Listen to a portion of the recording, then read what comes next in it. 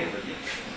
Et ça, ce sont des cyclones sur Saturne qui provoquent ce type de forme en fonction de la composition des molécules dans les nuages de Saturne. Tout ça, ce sont des nuages, évidemment. Une image en infrarouge, et vous voyez la partie rouge ici, c'est les nuages profonds, chauds, de Saturne. La partie bleue étant très froide, donc les anneaux eux-mêmes sont extrêmement froids. Et on mesure comme ça la façon dont Saturne se refroidit. Il y a un mystère parce que Saturne émet plus d'énergie qu'elle n'en reçoit. Et ça, ce mystère n'est toujours pas compris. Il y a peut-être un mécanisme qui dépense de l'énergie à l'intérieur de Saturne. Un phénomène de percolation, c'est-à-dire d'éléments qui tombent au fond, au cœur de Saturne, qui serait une source d'énergie. Et ça, c'est connu déjà depuis de nombreuses années. Voilà encore une vue infrarouge de Saturne. Alors, au niveau des pôles, on voit des choses assez surprenantes. Là, vous avez des aurores boréales, c'est-à-dire un petit peu le même phénomène que sur Terre, mais vous voyez que les structures nuageuses au niveau du pôle nord, ici, sont hexagonales. Moi, je peux vous dire que personne ne comprend rien et qu'on ne sait pas pourquoi c'est une forme hexagonale. Ça devrait avoir une forme de cercle, bien sûr, mais non, on a manifestement un hexagone. Là, ici, c'est à peu près la même chose. On retrouve cette forme hexagonale. Et c'est assez mystérieux. Personne n'a vraiment une explication valable pour expliquer pourquoi on a ces structures hexagonales dans l'atmosphère de Saturne. Alors, j'en viens aux anneaux. Bon, je vous ai expliqué les anneaux A, B, C, D, E, F, G. Si on prend l'anneau E, par exemple, qui est l'anneau le plus éloigné, le diamètre des anneaux fait à peu près le rayon du Soleil. Donc, vous imaginez la taille des anneaux par rapport au Soleil. C'est une demi-taille.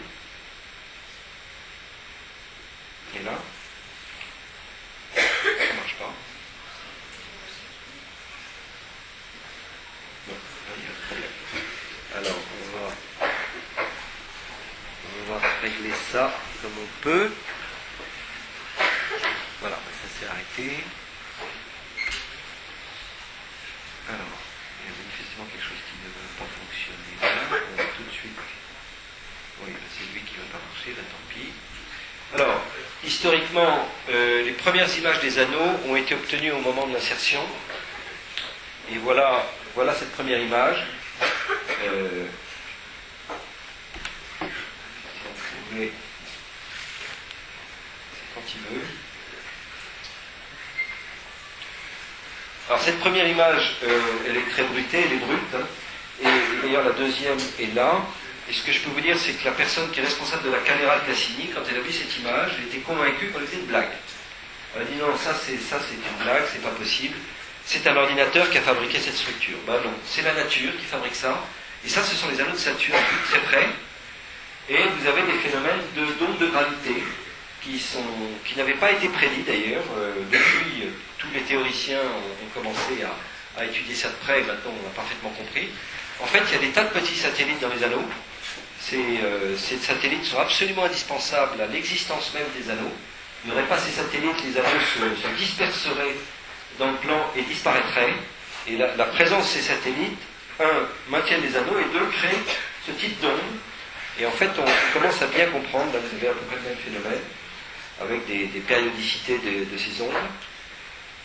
Alors, en fait, on ne voit pas les particules des anneaux, elles sont de la taille micrométrique.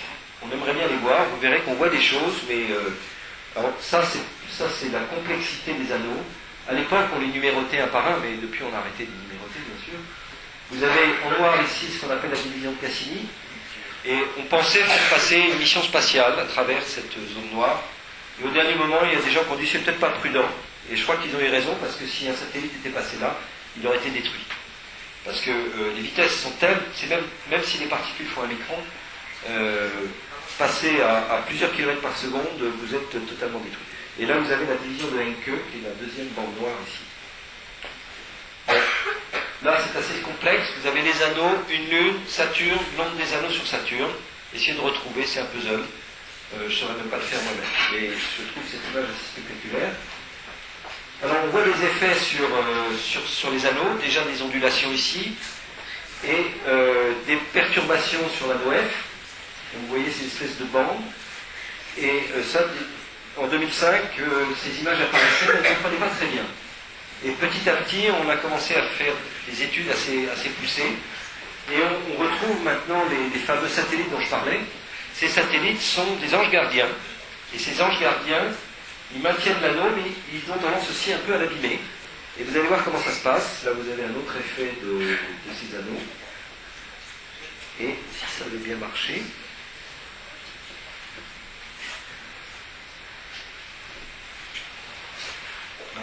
Aujourd'hui, c'est pas ma chance, là. Ça ne marche pas. Alors, ah si, ça marche. Je suis allé trop vite. Alors, on va revenir, parce que ça, c'est très spectaculaire, c'est ça. Vous allez voir comment se comporte un petit satellite qui vient perturber l'anneau F. Voilà, donc le petit satellite, il a tendance à... Il s'appelle Prométhée. Et Prométhée vient de temps en temps chahuter l'anneau F. Et en se rapprochant de l'anneau, il provoque une influence gravitationnelle qui produit finalement ces formes qu'on a été repérées déjà depuis quelques années. Mais là, on a pour la première fois une animation qui nous permet de comprendre. Donc il y a des espèces d'oscillations des satellites par rapport aux anneaux qui créent ce type de déformation. Là, vous avez un effet. L'anneau est torsadé par l'influence des satellites. Et là, vous avez l'anneau F au fur et à mesure où on monte au-dessus du plan des anneaux. Donc, vous voyez qu'il est quand même pas très régulier à certains endroits. C'est toujours le résultat de l'influence des satellites. Mais tout ça se remet en place puisque au bout de milliards d'années, les anneaux sont toujours là. Et là, vous avez typiquement l'illustration des lois de Kepler. Donc, je vous rappelle que les lois de Kepler veulent que Saturne étant ici, cette partie-là va tourner plus vite que ce satellite qui va tourner plus lentement, que cette partie-là qui va tourner encore plus lentement. Ça explique pourquoi le satellite crée des ondulations à gauche ici et à droite. C'est typiquement l'illustration des lois de Kepler, que vous n'avez pas étudié encore, mais que j'essaie de vous expliquer rapidement. On a découvert un nouvel anneau, donc c'est des petits points rouges ici, mais on le voit à peine. Alors évidemment, on aurait aimé voir les particules, ça c'est un dessin bien sûr, on aurait aimé voir ces particules, on a essayé de le faire, on n'y est pas arrivé. Par contre, on a trouvé des choses bizarres. Vous avez ici, donc vous reconnaissez l'anneau A. Si on fait un zoom dans l'anneau A, on voit des choses, et tout à fait à droite, on voit des espèces d'ailes d'avion.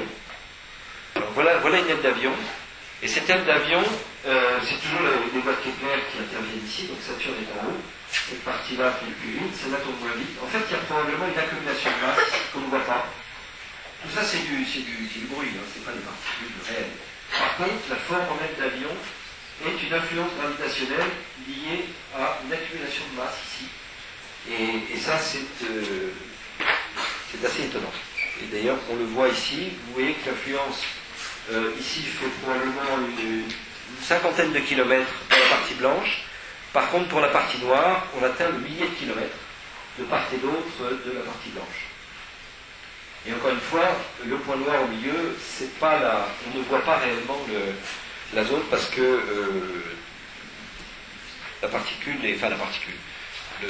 l'agglomération de matière est invisible. On voit néanmoins à certains endroits des agglomérations de matière curieuses. Est-ce que c'est compact? Est-ce que c'est floconneux? En fait, on n'en sait rien. On voit juste ces points blancs dans les anneaux. Voilà encore la complexité des anneaux. Alors, on est passé à l'équinoxe. Et à l'équinoxe, c'est au moment où le Soleil passe exactement dans le plan de l'équateur. Il se trouve que les anneaux sont eux-mêmes... écoutez, je m'arrête pour ouvrir. Vous avez ici les anneaux dans le plan de l'équateur. Donc, cette toute petite lune ici fait une énorme ombre ici.